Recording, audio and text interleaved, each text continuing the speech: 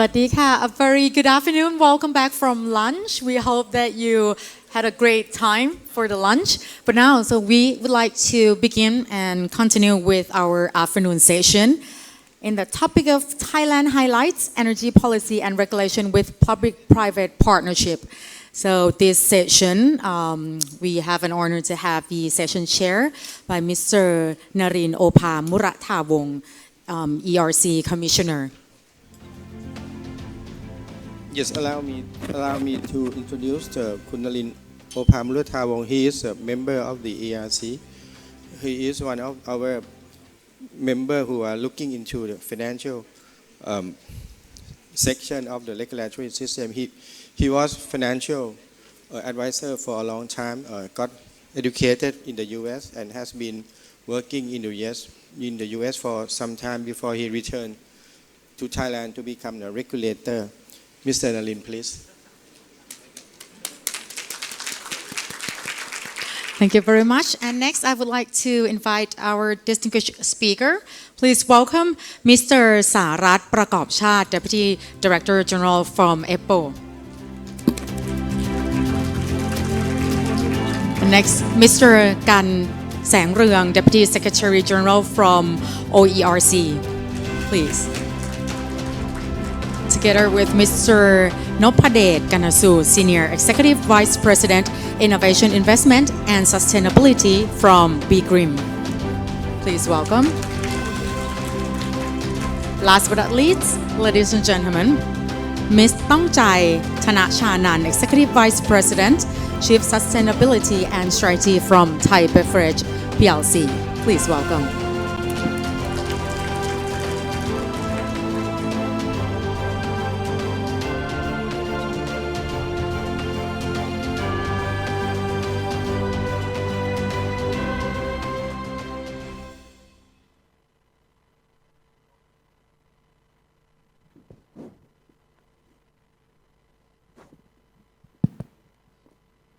Thank you, Miss Beautiful MC.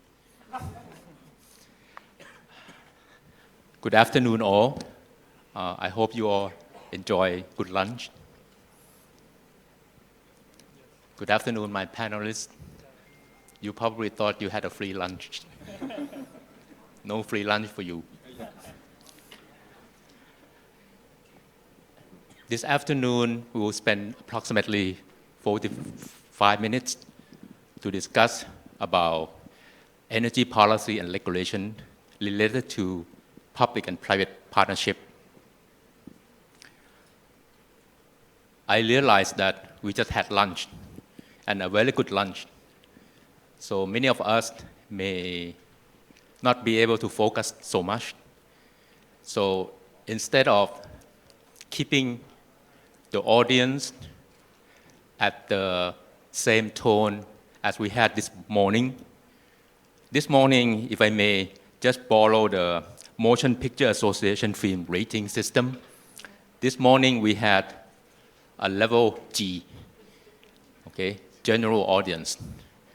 This afternoon, because we have separate two groups of our renowned panelists, the first group is representing from the public side, and the second, which is Khun Nopadet and Khun Tongchai from the private side. So with your permission, I have decided to elevate our discussion to be a little bit more exciting. So instead of at level G, okay, we will go to, for the public side, we will go to the level PG-13, okay? And for the private side, we will go to rated R. Okay, we have some space here because the private side, both of them, there's reason for it. Both of them, from the private side, being power producer or the conglomerate from Thai Bev Group, which cover all space of possible business that you can think of. Both of them probably contribute, not them per se, but in terms of sector, probably generated CO2 of at least 65%. So you go to level R. Okay, so to make it more fun, the public side are allowed to scrutinize the private side. The private side also allowed to interrupt the public side if they wish to, but of course, we have to draw the line between rated PG-13, okay, so that we can keep some still good relationship after the session, okay? By way of a quick introduction of my panel, as you know, my immediate right is Kun Sarat Prakop Chat, who is now Deputy Director General from the Energy Policy and Planning Office.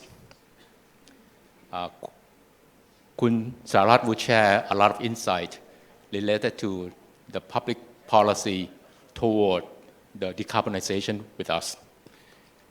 And immediately next to Kun Sarat is our Deputy General from ERC, okay, Kun Kan. Kun Kan will also spend some time to discuss about execution, implementation plan that basically follow up with the public policy as a bigger picture. So he will share some insight on what happened on this space. And to Kun Kan, right-hand side, left-hand side on your part, Kun Nopadet, who is a senior executive from BGRIMM.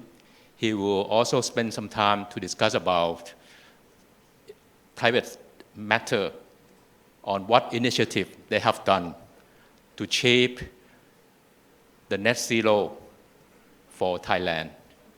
And last, but not least, the beautiful lady on the extreme right, Kun Tong Chai, who is also a senior executive at Thai Beverage Group, TCC Group, which is one of the largest conglomerate here. In fact, the premises that we are now using also is part of a group, part of TCC Group. So with that, by the way, Kun Tong Chai will wrap up on from the user point of view in terms of overall effectiveness, what they have done to help pushing the net zero become reality and focusing more on the sustainability per se, okay? And if time allow, after the full panelist discussion, I will then pose some question to them. With that, if I can please request Kun Sarat to start the presentation. Thank you. Okay, thank you very much. And good afternoon, ladies and gentlemen. So let me start my PG-13 related presentation. I think I would start that Thailand is now backing back to the economic growth as before COVID situation, and you can see that we have now coming to the economic development, the growth and the energy consumption and some activities going on. So this is the sign of Thailand that we are going towards the energy transition era, and I think the very important target of Thailand now is we are positioning, or we are having our target to become carbon neutrality in 2050 or becoming net zero in 2065. Next slide, please. Yes, by achieving that target, I think this is very a big challenge for Thailand, that we need to have some kind of plan and policies to make sure that we are going to achieve that target. So right now we have the what we call the long-term greenhouse gas emission development strategy, which is developed by the Ministry of Environment together with the related agencies. So the target is now having the result to become carbon neutral in 2050 and to become net zero emission in 2065, which we are having a roadmap of what we have to do, would be the support that we need from international supports, or what can be activities that we can probably do during the way that we become to achieve the target. So you can see from this slide that we already have some roadmap to identify how we're going to do or how we're going to go for this target. Next, please.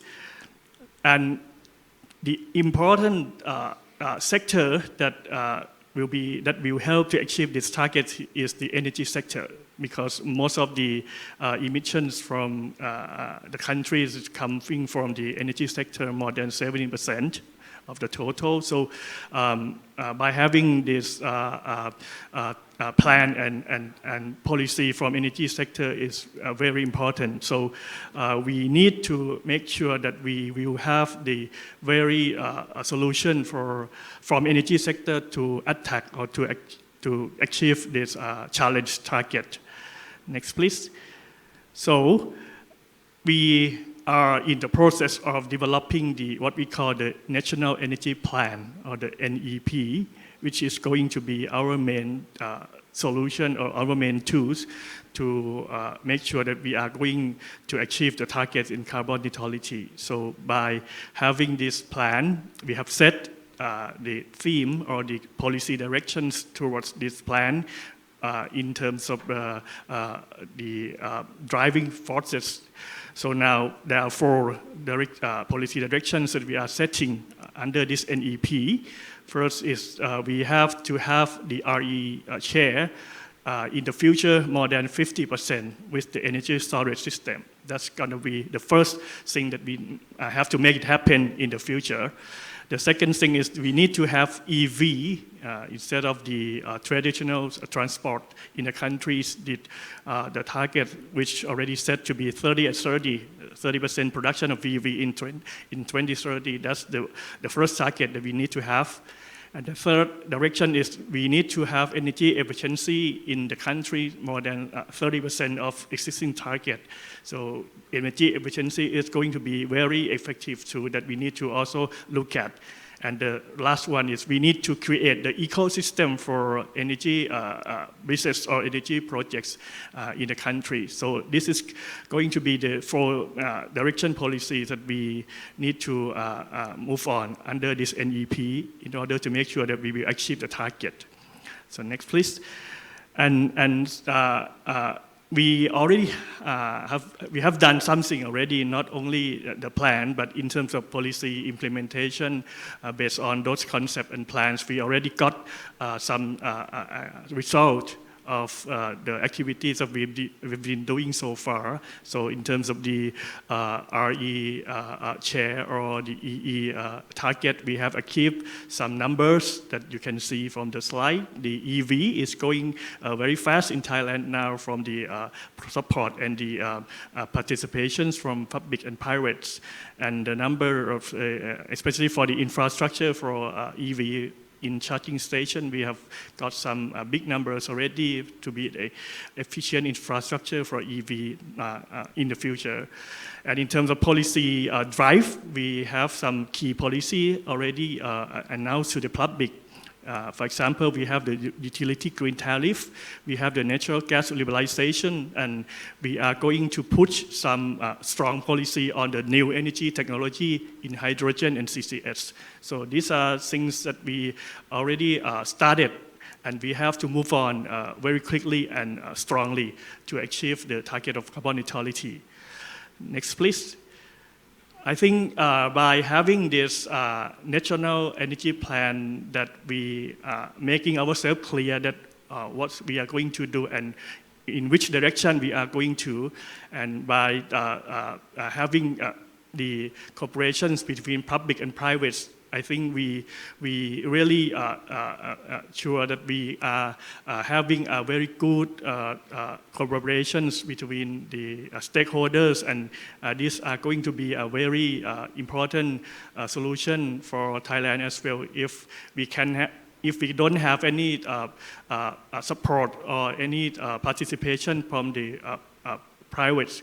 I think the public, the government cannot achieve by themselves only. So this is going to be the key as well, that in order to drive this plan, we need to invite, or we need to get participation from the private to join our efforts in going to achieve this target. So if we can do it successfully, I think this is going to be the future energy picture of Thailand that we have set.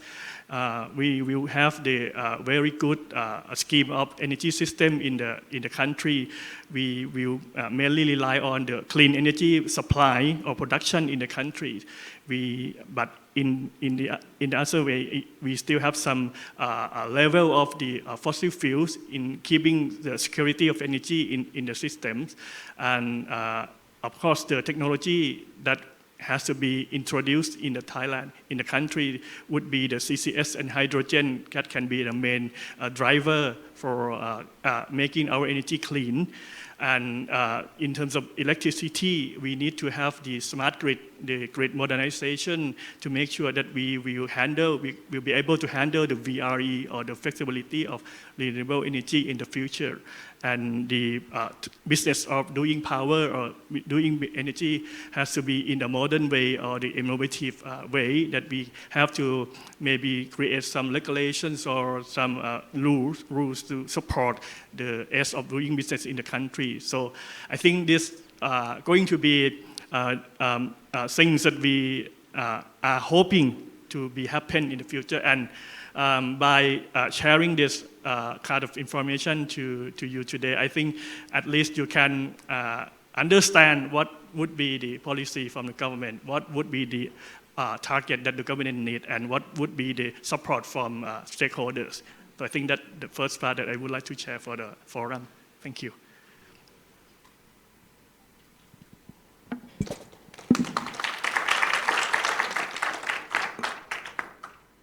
Thank you very much, Kun Sarat. First, I thought I would let you off the hook, but I changed my mind. Instead of waiting for the question later, I would ask a question now, but you don't have to answer now. You can wait until when all the panelists finish, so that you have a little bit time to think. With the headwind that we are facing, okay, whether it be the Russian invasion of Ukraine, the lingering effect of the pandemic, the supply chain disruption, inflationary pressure that mounting on almost every country, the turmoil of economic that we are facing now. Suppose, just follow me, imagine with me, in the next 1 week, you will have a new Minister of Energy, okay? And suppose that once the new Minister of Energy has been appointed, he will phone you up, Kun Sarat, with all this as a backdrop, can you please come and give me a personal advice on the first 3 initiatives that you think we should focus on in order to achieve our 2030 target and our 2065 target of net zero. Okay, no need to answer now, okay? Just so that I am fair to you. Okay. 3 bullet point of initiative that you think make sense and appropriate for our policy. Okay, thank you. Next would be Kun Kan. Okay, Kun Kan, please, floor is yours.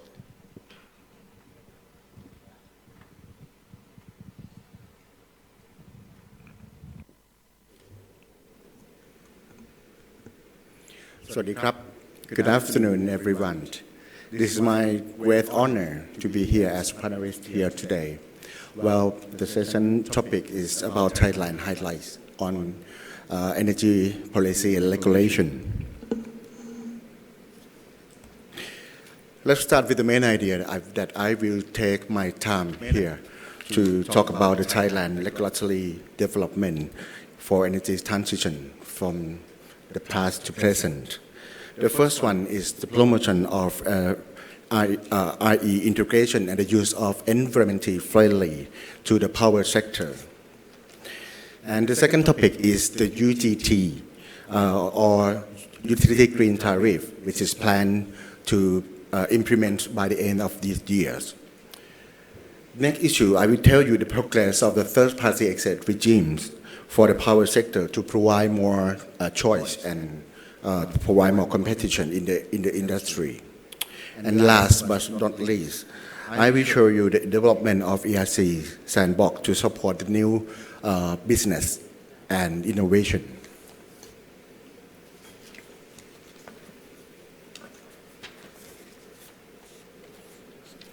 Here comes for the first subject. It's about the regulation for increasing the utility of utilization of RE from the past to present. In the first previous scheme, the government has been promoting the RE fed to the utility through the purchasing tariff called adder, which is an additional amount paid on top of the wholesale price of electricity for 7 and 10 years after the COD. So the investor of this technology, like solar, wind, biomass, biogas, can sign a PPA contracts with 3 power utilities, DGAT, MEA, and PEA, on the first come, first served basis. As the renewable investment cost has been reducing with low financial risk, in 2015, the NEPC, or the government, has stopped the adder scheme for the new projects and initiated the FIT scheme for the fixed and variable tariff for 20 and 25 years. According to the NEPC resolution, the ERC has launched many regulation and an announcement for electricity procurement in various ways for small and large IE projects. Like you can see here, we have like a more project of a solar rooftop solar farm, municipal waste, industrial waste, biomass and biogas, and so forth. As you can see from the graph, natural gas and the blue bar still play a major role in the power sector in Thailand. It is about 60% in terms of contracted capacity. However, as a result of a continuous procurement, now today, i.e. contracted capacity, the green bar on top, share almost the same 14%. It has been grown up from the 12% for the past 7 years. As per PDP, i.e. contracted capacity is targeted to contribute at 37% or to 12.6 gigawatt in 2030 and not less than 50% by the end of this GDP or 2037. So in the next 7 years, we will have almost 10 gigawatt of RE come online into the system, which is quite challenging.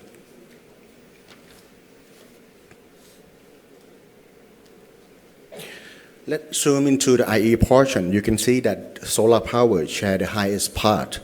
It's about 40%, whereas the biomass and the wind takes 29% and 20% respectively. So there's 3 IE technologies contribute to almost 90% from solar, wind, and biomass.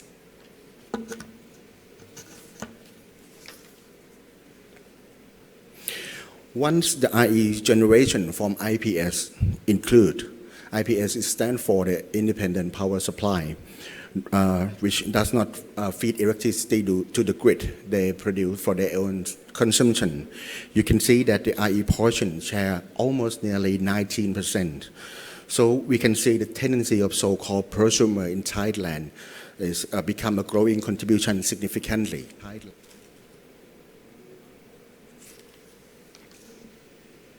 This slide shows the plan for the power purchase from the IE generation during 2022-2030 based on the PDP 2018 Rep 1.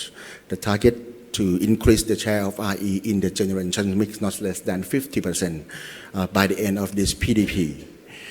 In 2022, ERC request for proposal for power purchase from the solar, this technology. solar farm with battery storage, wind energy, biogas. In total, it's 5.2 gigawatt in total, and 100 of industrial waste for 100 megawatt.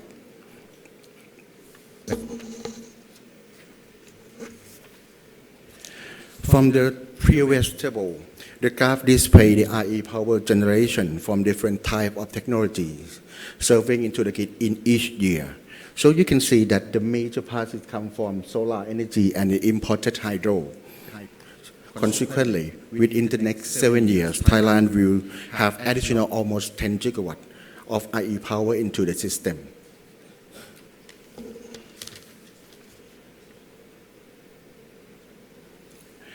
Talking about the RE big lot again, the 5.2 gigawatt procurement of new RE fit within the FIT or fit-in scheme with a capacity of 90 megawatt or less per projects with a PPA term of 20 and 25 years, scheduled to COD during the 2024 and 2040.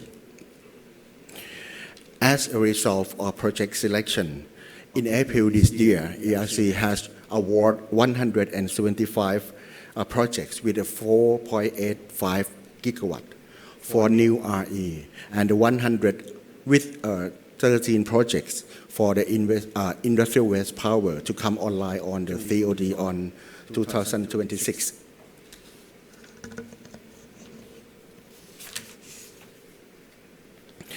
Well, from the previous table, the RE contracted capacity awarded was plotted in graph here. And you may see the solar power, both with and without battery storage, will come online first in next year, and the wind farm will come in the year after, and the industrial waste will come in the 2026. This new RE will bring about a total CO2 reduction of 143 million or 5.6 million tons per year, which is equivalent to the 1.24 million car emitting in a year, according to the US EPA.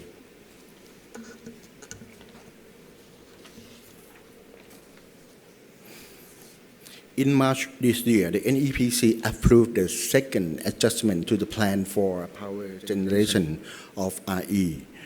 Purchase amount of the solar farm of wind generation increased, as you can see in the green text, whereas those from biomass, biogas, and import decreased. Anyway, the total target of RE generation in 2030 increased from almost 10 gigawatt to 12.7 gigawatt.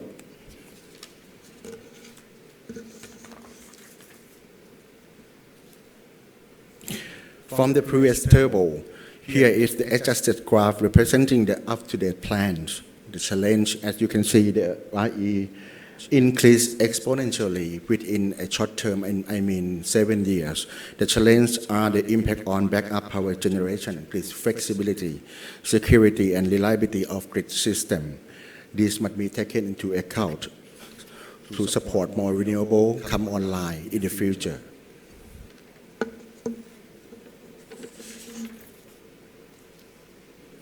Well, we are now at the second subject. Utility Green Tariff, or UGT, is a mechanism to mobilize the country to meet their national emissions goals. So the power consumption who need to reduce their greenhouse gas emission in keeping with the international measure can have an option to use green power via the utility scale grid, which is more convenient and stable. Now ERC have approved the principle and criteria of rate making already. It's on the basis of cost-reflective pricings and fairness for stakeholder and competitive to investor. Here is the rollout plan for the UGT. Per the public hearing, the 3 electricity utilities are pairing on tariff proposal and electricity supply agreement. Once approval, the three utility will announce the UGT rate plan and open for subscription, which is expected to happen by the end of this year for the UGT scheme.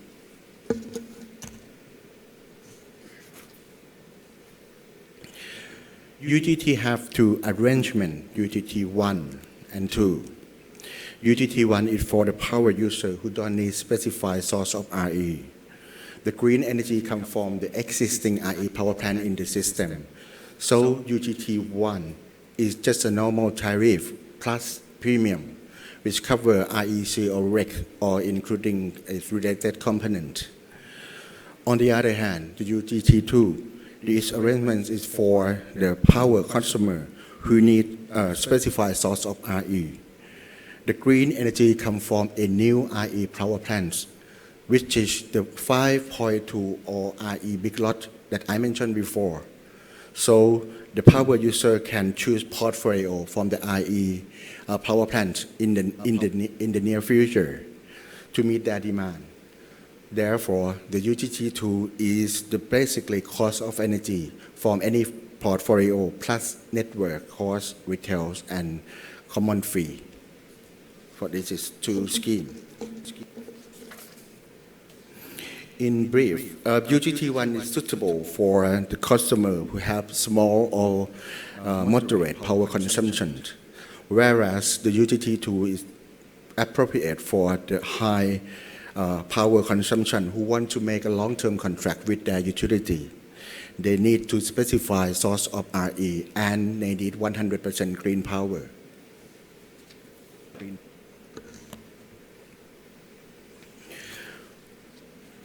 So what is going about third-party access regime or TPA in Thailand?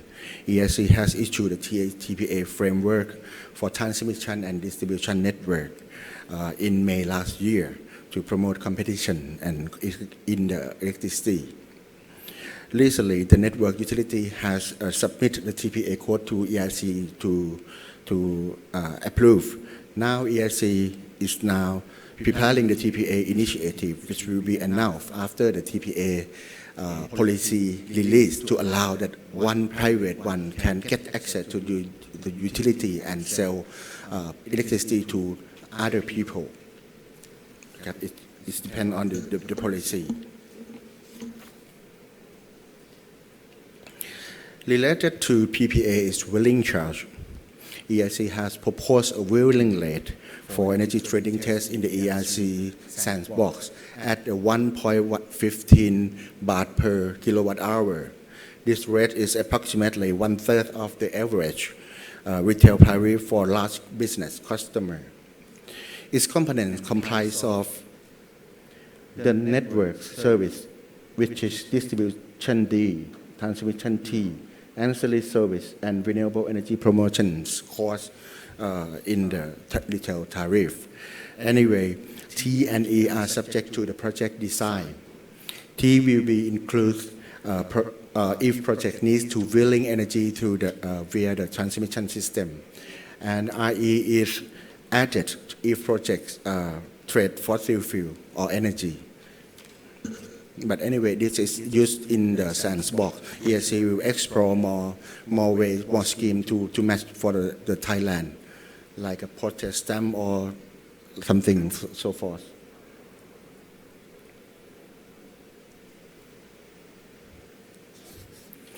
Now come to the ERC sandbox. ERC has initiated a sandbox platform for testing new business model and new system management in order to set up a proactive regulation in order to expect the outcome for the deregulation in the energy sector to find a green power trading scheme that is with national strategy and more fair competition in the sector with price reduction. In 2019, there are 25 projects selected under the 6th category. And after that, in this year, there are additional 36 projects finally selected under 3 categories of the ERC sandbox. Kun Kan, you have overused your limit. So please wrap up by the next 2 minutes. Okay, yeah, last slide, please. Sorry. Now, the ERC mission is to promote the power consumption for RE. Since 2022, the government endorsed and adjusted a rooftop program for Thailand to allow the household user can sell their excess solar power back to the utility.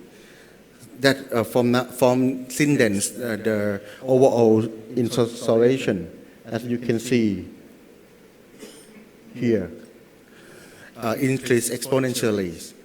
Now it's 32 megawatt online in the system. So the household user can sell back their solar power back to the utility. And finally, ERC incorporating with the distribution utility try to reduce the procedure of license exempt registration and the RTPV system connection inspection to end with in 30 days to promote the use of solar power in Thailand. So that's all. Thank you for attention. Thank you very much, Khun Kan, for providing us with so much insight on what ERC is doing and what is the future of renewable energy in Thailand. The next part will be, as I mentioned to you, rated R, which is, I think, is defined in the film motion picture rating system that it has to be, parent has to be cautious because it's only required for attendance of over 17 years old. Okay. Anyway, there's a very thin line between public, private, and partnership. This morning we have heard many presenters highlight already that it is an inevitable situation. In order to achieve the net zero, it's impossible to only involve with the public sector. You require a full commitment from the private side as well. In fact, you require not only a full commitment, it has to be a total focus, a total collaboration between private side and public side in order to achieve PPP. Now, as we see, PPP to them, to us, is public-private partnership. But the other extreme of PPP, it can be bad if you don't structure the project well, if you don't have a proper plan, fully integrated, draw the most synergies possible, and make the most use of it. Fairness, transparency, accountability are all important ingredients of successful PPP, because otherwise you will end up with a different PPP, which is people pay for the price. We don't want that to happen. So you don't want people to pay for the price. You want to make sure that we provide the best policy, involvement of private side to fully collaborating and drive the zero emission together. With that, may I now ask Khun Nopadet to take the floor. Thank you. ครับขอบคุณครับ and สวัสดีครับ and very good afternoon to all the honorable ERC members, so distinguished guests and ladies and gentlemen. On behalf of BGRIMM and also private sectors, we are truly delighted to be part of this forum, which is very exciting and very important in terms of having the public-private partnership participation to be happening in Thailand. And then, I'm proud to say that Thailand has been very well structured from very beginning. So to the next slide, please.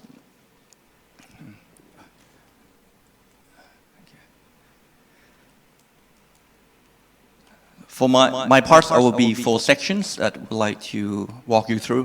Firstly, just to allow me to introduce BGRIMM for a few minutes in terms of who we are, what we are doing for someone that you may not be familiar with. And second would be in terms of opportunities that we have done in terms of developing the public-private partnership to be happening in Thailand and also in the region for the business opportunities. And then going to the what's so-called challenging, that I think we can share some of the thoughts that we are going to foresee in terms of energy transition to be happening. And lastly, in terms of collaboration of public and private partnership that we also needed in terms of essential requirement for the change of the energy reform.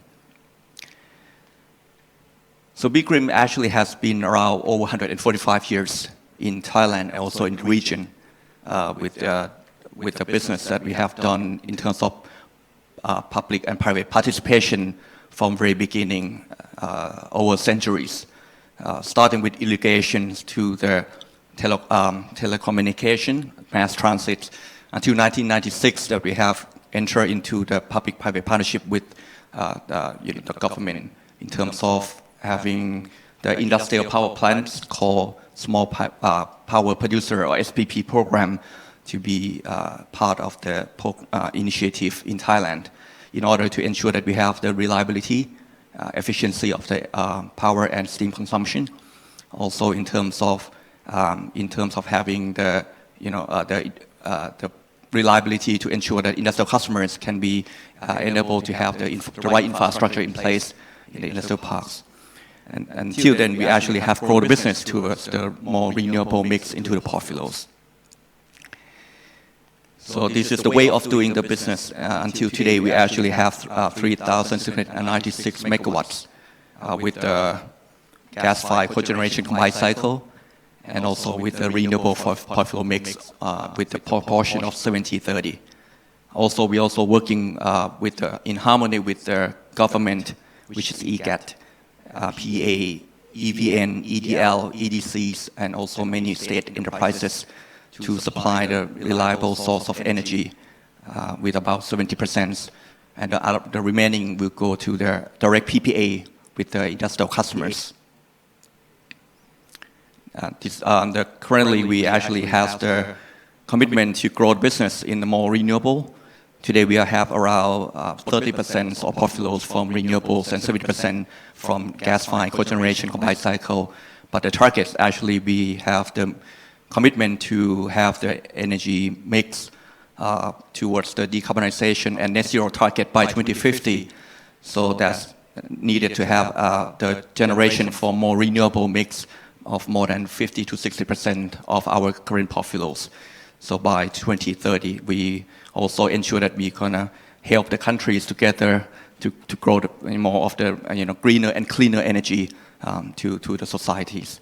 So this is we have more welcome of the solar, wind farm, solar rooftop, solar floatings, hybrid solutions, LNG ship licenses that we're actually working with the partnership with the government as well.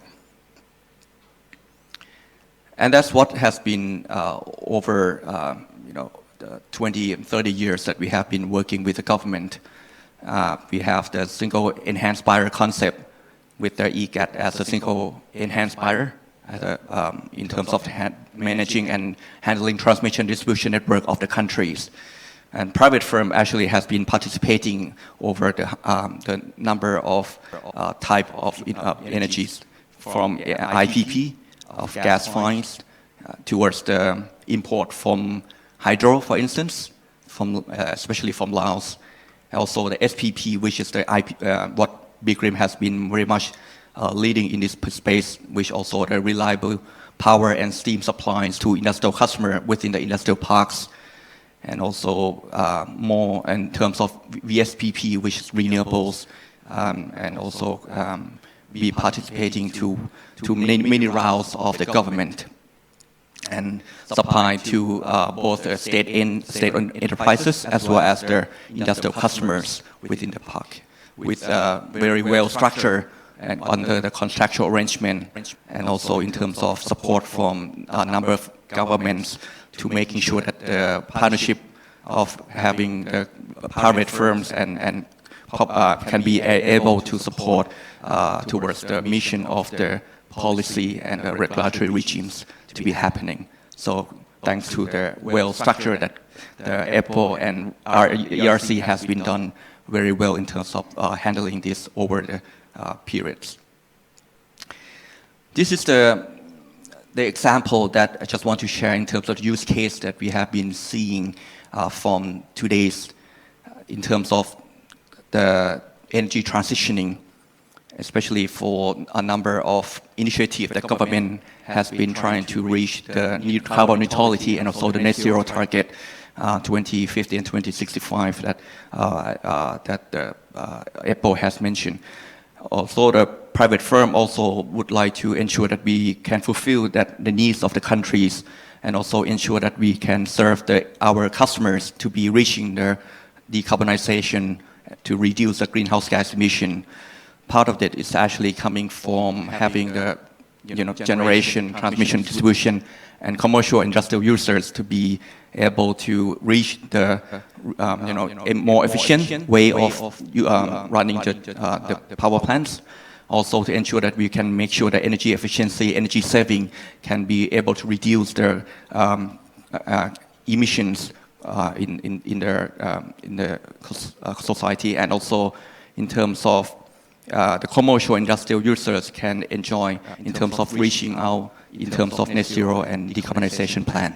So a lot of investment will be going to let's say industrial parks in terms of innovation, the backbone of infrastructure such as the grid modernization in terms of having the power backup storage system to be in place to enable the intermittent source of energy and to be working together in harmony with the base generation that can make sure that they can have the reliability of the power and steam supply to the end customers. So more and more of the green energy will be introducing from solar farm, solar rooftop, solar floating, wind farm, and as such, together with the peaking plant to ensure that they can making all the hybrid solution be happen, and also the investment into the AI and machine learning will be heavily done to ensure that we have this system in place, both in terms of generation units, in terms of transmission distribution networks like smart microgrid system, SCADA, ADMS, and also in terms of commercial and industrial users. Also, we have more of their EV ecosystem to be in place, solar rooftop to be able to ensure that they can reach their net zero target by their plan.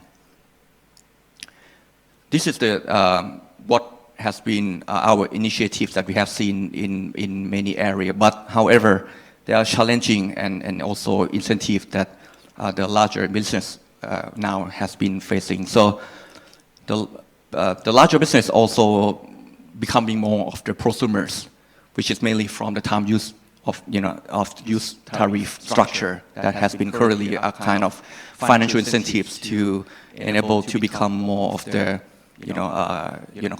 reducing costs basically, and also to ensure that they can reach the net zero target or decarbonization plan. So the stabilizing of the grid is also important, especially during the peak demand, which is very costly.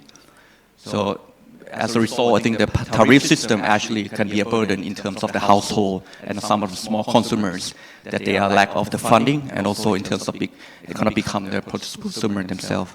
So a lot of network costs also will be needing to ensure that we can also be sustained in a way. So integrating a number of a high percentage of renewable energy into the system in Thailand, energy system is one of the key challenges for a number of the businesses, especially for SPP. So in terms of that, the more of electricity that we all consume, the more we pay. This is the system that we are working on in terms of the, largely based on the per megawatt usage. So the time of use system, actually the tariff is still based on the basic energy, which is the higher tariff during the daytime. So it's the more higher tariff, so it would be coincide with the solar PV installation that will be happening in order to ensure that can be reducing the cost of energy in terms of the production. So as a result, the network and also the balancing costs are increasing, definitely, unavoidably, from the large consumer, and also the increase of that will be costly to the small consumer or to the households. So what we need in terms of collaboration with the public-private partnership in the future to come, so the grid assets actually can be enhanced to ensure that the grid stability still be able to serve more of the renewable energy mix into the system. So the balancing services by the private sector also will be part of the support with the EGAT as well, to ensure that the stable grid and benefit to the small consumers, and also to allocate the balancing cost of having the intermittent source of energy to be able to make it happen, together with the grid access, and also to redefine the framework to ensure that the grid access also can be a very comprehensive framework to be able to making the interaction happen, as well as the requirement of the quality of balancing renewable power, also very crucial with the allowing the private entity to introduce a well-balanced energy to EGAT's grid, with the grid code, the new grid code that may be applicable, and ensure that the stable and greener of the energy can be able to serve the nationwide. So this is our wish, that we hope that the public and private partnership could be happening to serve the goal of the country to reach the net zero target by 2065. Thank you. Thank you, Kun Nopadet. Let's give them a round of applause. Yeah. Okay. The last presenter is Kun Tong Chai, representative from Thai Bev Group or TCC Group. Because of we sequentially the structure of the discussion from policy level to implementation of the policy, executing all these projects, and from power producer point of view. Now, we would like to hear a bit more from the user point of view, who also would spend time to showcase some of the idea on sustainability, because all in all, what we discussed from this morning till now, eventually it will lead to the world of net zero. And in order to achieve that, sustainability play a major role in terms of ideas, how to do it, what else can be done more, okay? So let's hear from Kun Tong Chai. Thank you. Thank you, Ka. Thank you, Ka, Kun Navin, for that introduction, because I'm actually by no means energy expert. So I would like to actually discuss on the broader topic of sustainability and also greenhouse gas emission reduction. But before doing that, I just want to spend a few minutes introducing the TCC Group, for those of you who may not be familiar with TCC Group. As many of you may already know, TCC Group is actually one of the largest consumer-facing business group in Thailand. Our business actually can be split into these 6 pillars. You can see from the screen. The first one is around the financial services. The second one is the real estate, but focusing on Thailand and in hospitality, mainly through Asset World Corporation. The third group is the group where I come from, which is food and beverage, leading by Thai Beverage Group, but also have Seumsup OERC Group, F&N in Malaysia and Singapore, Sabeco in Vietnam, and Grand Royal in Myanmar. The fourth group is actually pretty much a conglomerate in itself, has industrial, trading, retail, and distribution. You may know BJC and Big C in Thailand, but also a mega market in Vietnam, all the way to Asia Book. And then the last one is actually global real estate, which has all the asset class from industrial real estate to residential to commercial, to mixed use, right? All of these business groups are actually supported also by the agriculture and industrial group, where we have Pantheon, which is the agriculture product, Cristilla, which is sugar mills, right? Siam Food, and so on. So with this Actually, we have a few leadership in a few segments. For example, in the financial services, we are the #1 car operating lease in Thailand.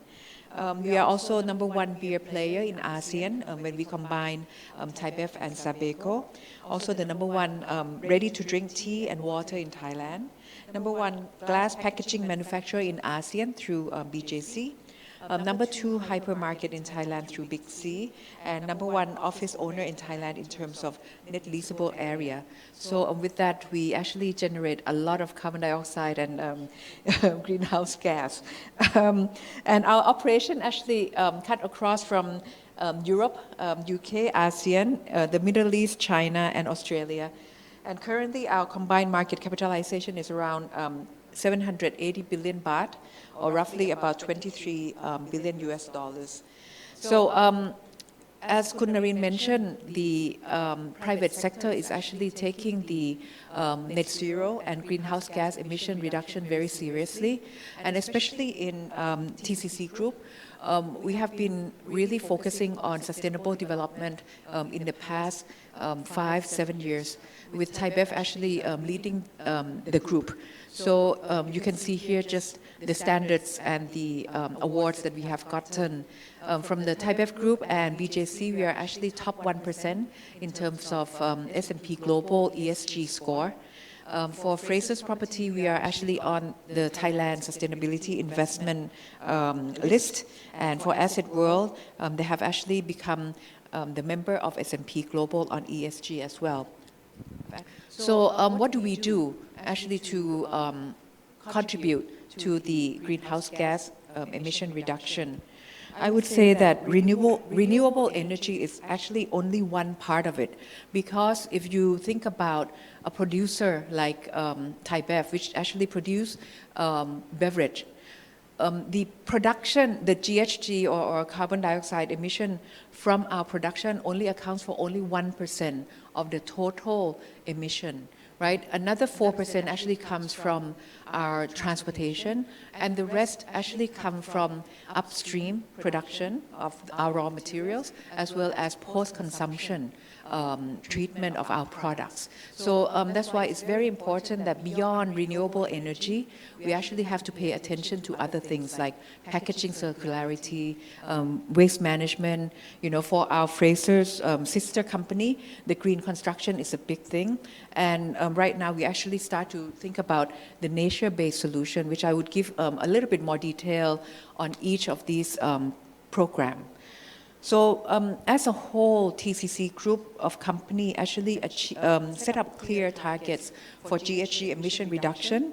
All our listed companies actually aim to achieve net zero on all 3 scopes by 2050, which is actually 15 years before Thailand. Right? Thai Bev alone, we aim to reduce GHG emission by half within 2030. And achieve the net zero scope 1 and 2 by 2040. With this, we actually have calculated the investment that would be required just until 2030 to reduce our GHG emission by half. That is roughly about 4 billion baht. So, you know, that is already committed. And I think the latter half would be the one that would be much more challenging, and we would need to seek for new technology on that.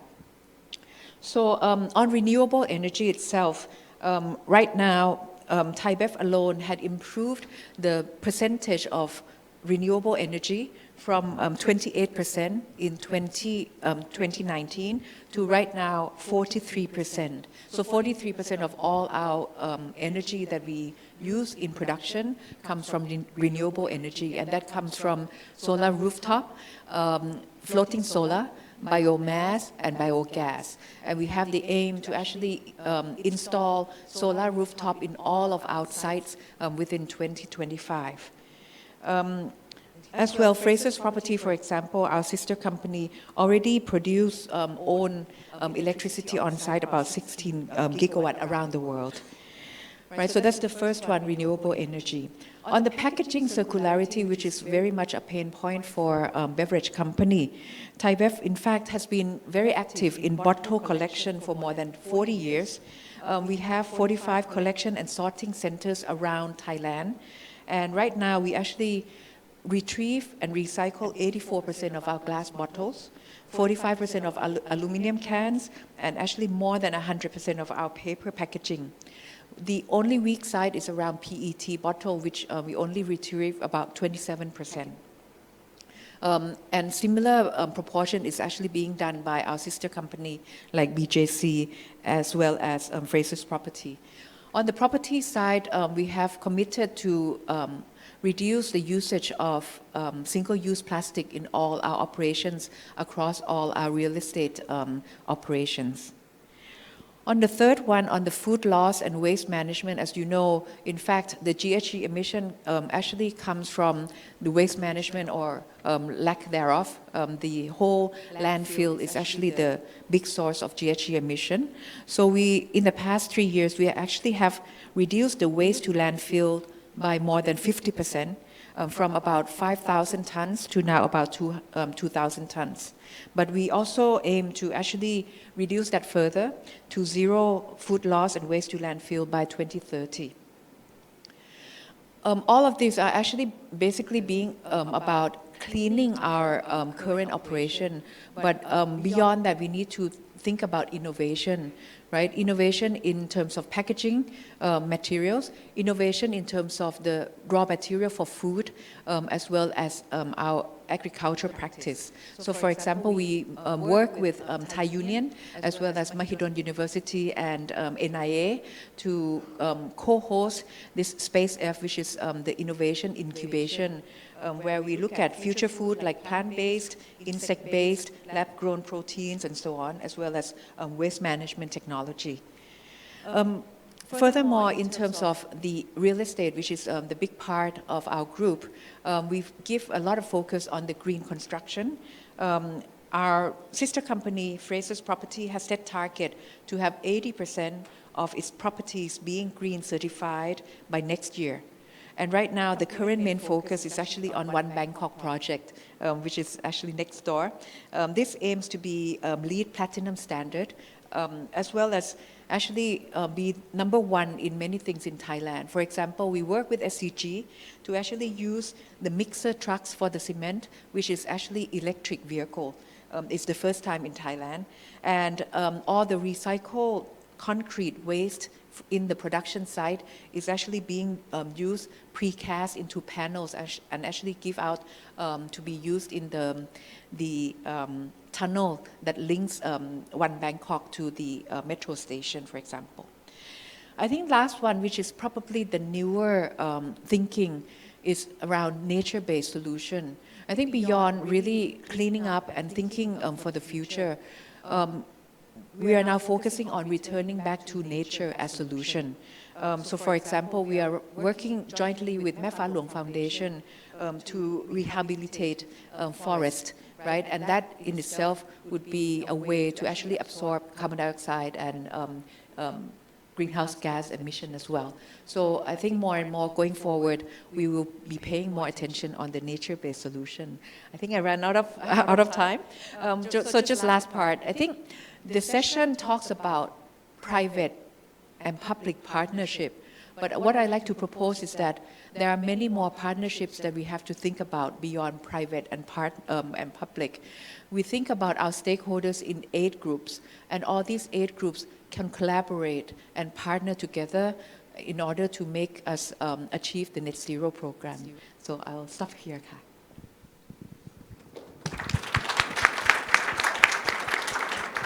Thank you very much, Khun Tongchai. Yes, in fact, the last page is very touching. It's really, if you incorporate all this together, then you reduce the chance of a bad PPP, which is people pay for the price. We don't want that to happen. Okay. Thank you so much for sharing all the both insight with us.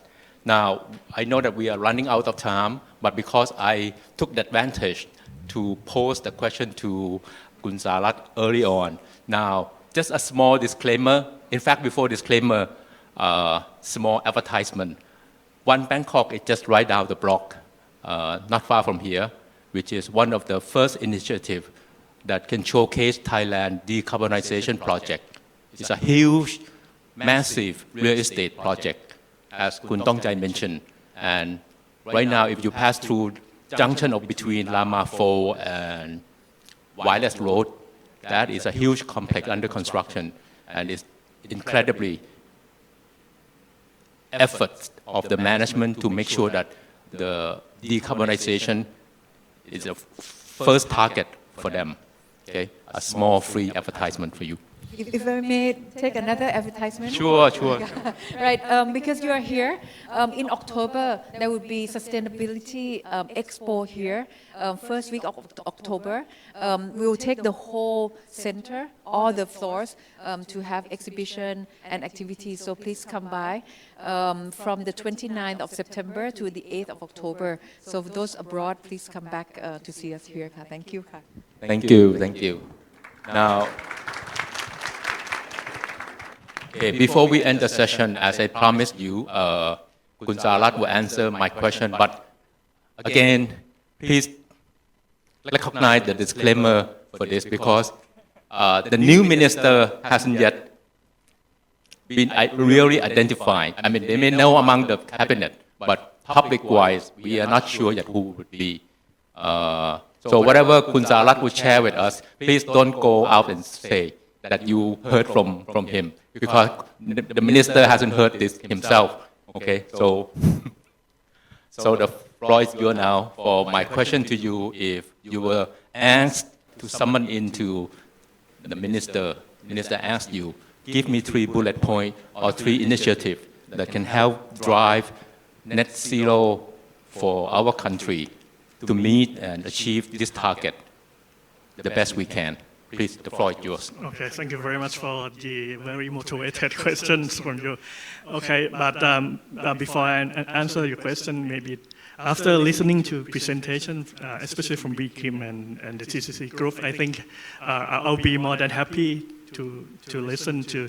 At least I think there will be there are already 2 privates that already placed the commitment with the government to join our journey to the carbon neutral target and net zero. So that can make me a bit confident that we can achieve the target. And coming back to the questions, I think if I would have a chance to give advice in the coming minister in such 3 important things, I think I would give him 3 P advice. The first P is I think he needs to have the first policy to make the clear policy of the direction of the country, because everybody is waiting for the policy in energy, and we have to make sure that we are going to the carbon neutral 2050 on a net zero 2065, or even more challenging goals coming from his vision. So that's the first starting point, is to have the clear policy of the way that we go. And the second P is the plan. So in order to communicate or to make policy into actions, I think there should be a clear plan. So my advice to him, maybe he or his teams would probably need to approve the plan as much as possible, or as fast as possible, that we will have a clear plan to make a direction to the target. And the last P would be a power, because once we have policy, we have plan, and we need power to move the policy and plans into action. So we need power from minister to drive the things that we have in policy and plans into actions. We need mechanism, we need supporting from the politicians or political partners to help the ministry to make it happen, as we already offer to them. So I think it would be my advice to the minister. I think I should, or at least I answer the question. Thank you. Thank you so much. Give him a round of applause. Essentially, he helped to come up with another PPP, okay? Policy, plan, and power. Okay? I think we all understand and recognize all this important collaboration between private side and public side. one has to depend on another. It has to go together. Okay, like a sandwich. You cannot. It will not be a complete good sandwich unless you have both. Okay. With that, I would like to thank you, my panelists, for their insight, for their effort, and thank you so much also for Dr. Ajahn Sutham for providing us this opportunity to showcase this important highlight on PPP to all the distinguished guests here. Thank you very much. Thank you very much, and thank you very much to the session chair as well. So now I would like to invite Mr. Narin to deliver the token of appreciation for our like guest speaker. Start from Mr. Sarat from EPPO. Thank you very much once again for your insightful.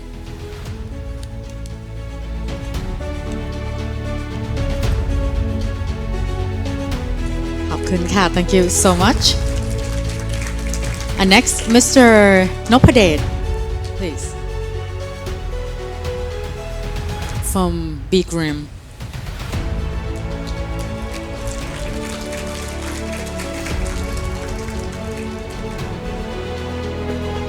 And also Ms. Tong Chai, please.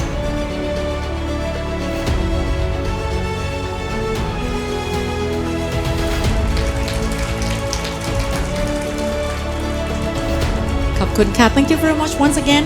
ขอบคุณคุณกันด้วยนะคะค่ะ All of you who wonder, because Kun Kan is part of our team. All right. So he's excluding from this. Thank you, Kun Kan. Thank you very much. Just only for the guest speakers. So ขอบคุณค่ะ Thank you very much.